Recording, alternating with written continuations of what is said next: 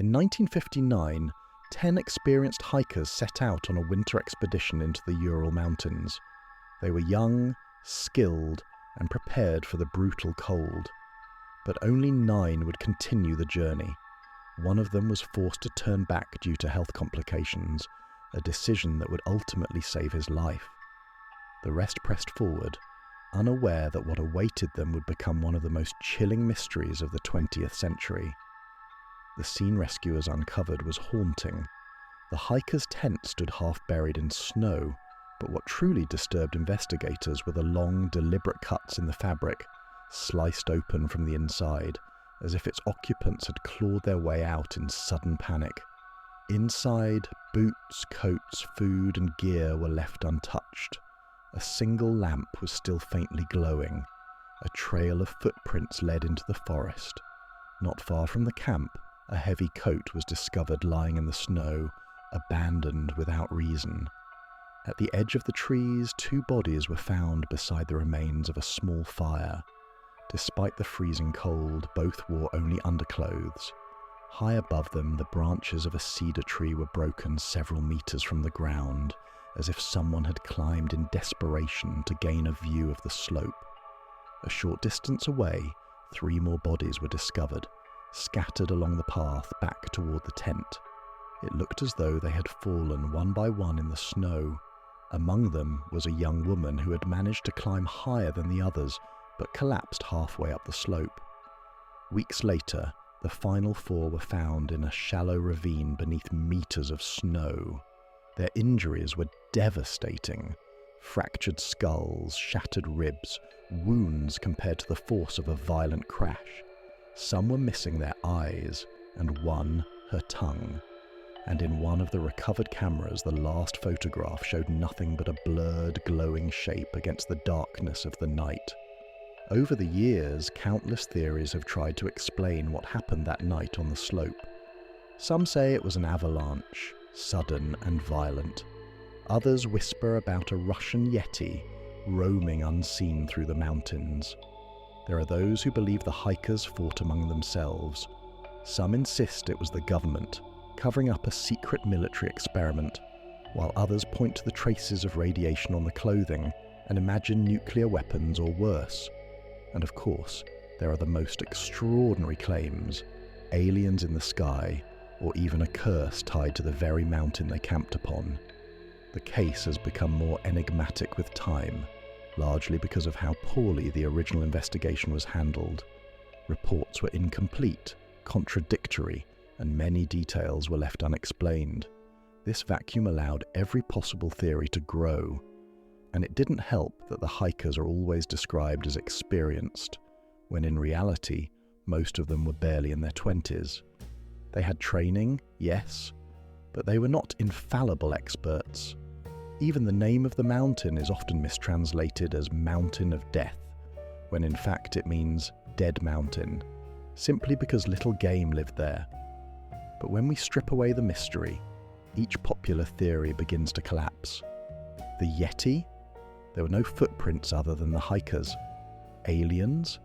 Strange lights in the sky were common in 1959. Russia was in the middle of its space race with the United States. Radiation? One of the hikers had worked 2 years earlier cleaning up a nuclear facility, far more believable than nuclear tests or extraterrestrials. An attack by local tribes. If that were true, the attackers must have flown in and out, because there were no other tracks. An avalanche? The tents were not buried, and the footprints remained clearly visible. The stove? Yes, one of the hikers had designed a portable stove, but it wasn't even installed that night. Military experiments? A retired investigator later claimed he was ordered to dismiss that theory, but no evidence has ever supported it. And hypothermia? It is true that freezing victims sometimes undress themselves in confusion, but here the hikers showed reasoning. They built a fire, they climbed a tree, they stripped clothing from their fallen companions to try to survive. In the end, the most popular explanations add drama, but very little sense. A more realistic version begins with a simple mistake. The group had strayed off course, and Dyatlov, their leader, chose to camp on a slope rather than risk searching for safer ground in the dark. In the middle of the night, one of the men, Nikolai, the only one with boots, stepped outside. He wore a coat, but perhaps for comfort, he set it aside. Maybe his steps disturbed a slab of snow. Maybe he heard the sound of shifting ice, or maybe he shouted a warning. For the others inside the tent, it was enough to spark panic.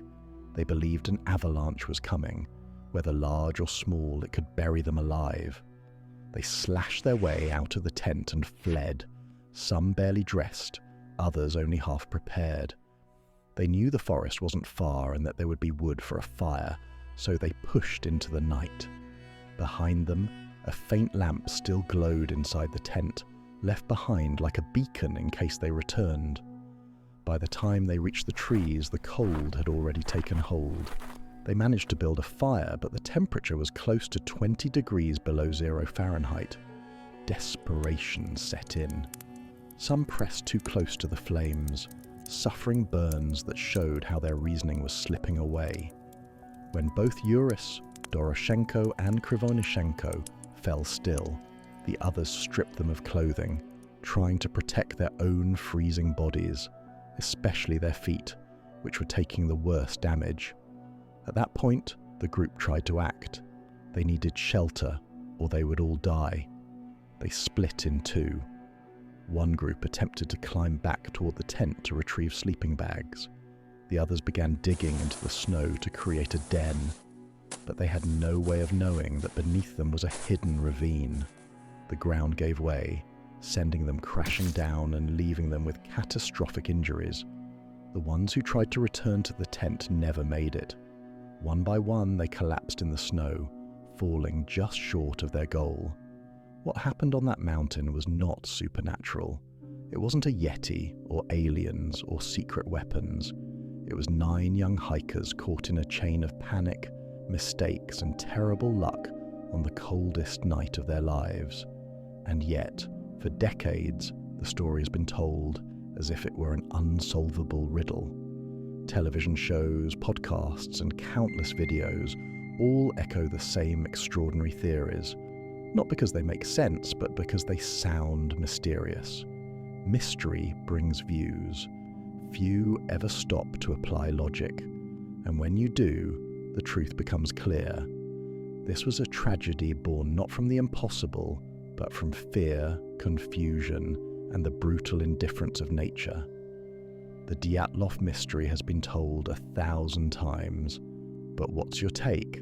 Let me know in the comments, and don't forget to subscribe for more stories like this.